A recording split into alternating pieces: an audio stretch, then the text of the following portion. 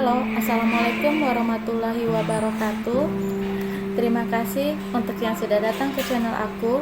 Kalau belum subscribe, tolong jangan lupa di subscribe, kemudian bunyikan lonceng, dan jangan lupa kasih like serta komentar biar aku makin semangat ya.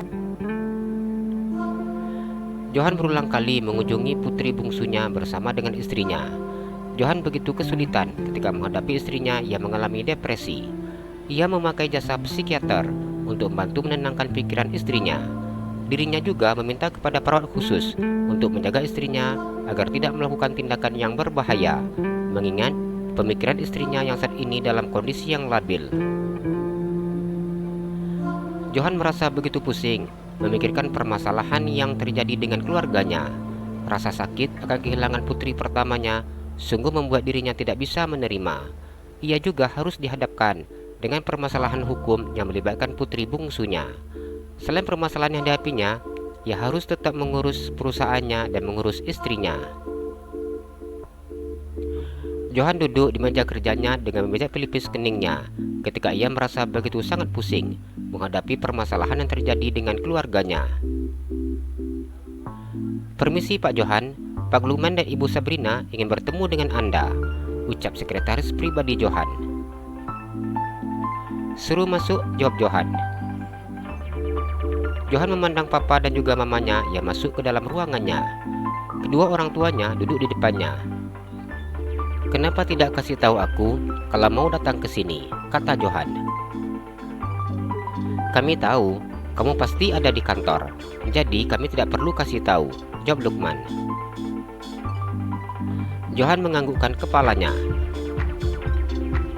"Bagaimana dengan kabarnya Feni?" tanya Sabrina.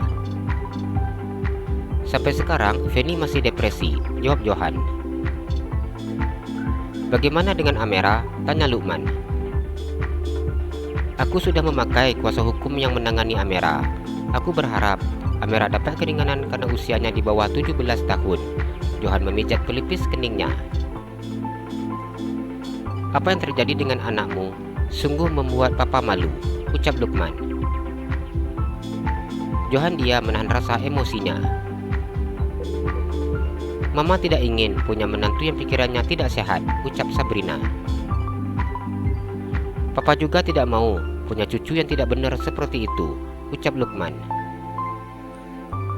"Bukankah kamu memiliki satu anak lagi?" Lukman tersenyum memandang Johan. Johan diam menahan rasa emosinya. "Coba kamu cari istri kamu yang dulu dan bertemu dengan anak kamu. Anak kamu itu perempuan atau laki-laki?" tanya Sabrina.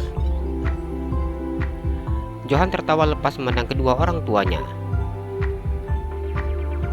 "Seperti inikah cara kalian mendidikku?" Johan berkata dengan meluapkan emosi.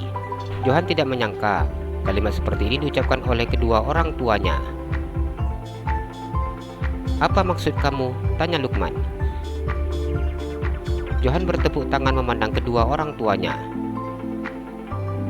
"Papa dan Mama sukses buat aku menjadi laki-laki yang lari dari masalah, laki-laki yang tidak bertanggung jawab." Johan memandang kedua orang tuanya. "Dulu, kalian menyuruh aku meninggalkan Nina yang sedang hamil. Bahkan sampai sekarang, aku tidak pernah bertemu dengan anakku. Semua itu kalian yang menjadi penyebabnya. Apa Mama dan Papa sudah lupa kalau dulu kalian mengatakan bahwa tidak akan pernah mengakui anak itu cucu kalian? Bukankah kalian mengatakan kalau Nina tidak layak untuk menjadi menantu kalian karena dia orang biasa dan juga tidak berpendidikan? Namun sekarang, seenaknya kalian menyuruh aku mencari istri dan anakku yang sudah hampir 20 tahun tidak pernah aku temui.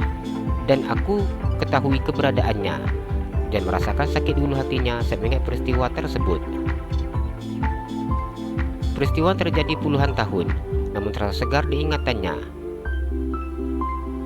Sabrina dan Lukman diam saat mendengar ucapan Johan. "Dari dulu, aku mengatakan aku tidak perlu harta kalian. Namun, apa yang kalian lakukan? Kalian memaksa aku dengan berbagai macam cara. Kalian mengatakan akan menghabisi Nina kalau aku kembali dengan Nina. Bahkan, bila aku mati, sekalipun, kalian akan masukkan Nina ke tahanan dan melahirkan di sana, sehingga aku tidak punya pilihan lain selain menuruti kehendak kalian. Kalian dengan sengaja mengirim aku ke London untuk melanjutkan kuliah bersama dengan Fanny. Kalian dengan sengaja menutup semua akses komunikasi aku dengan teman-temanku agar aku tidak bisa mendapatkan kabar sedikit pun tentang Nina. Sekarang, aku menanggung karma dari perbuatan yang telah kalian lakukan. Kedua anakku. Johan mengusap air matanya. Kedua anakku yang harus menanggung karma ini. Sekarang Fanny depresi, dan dengan enaknya kalian menyuruh aku meninggalkan istriku yang dalam keadaan seperti ini. Tubuhnya bergetar menara sakit di hatinya ketika mendengar ucapan kedua orang tuanya.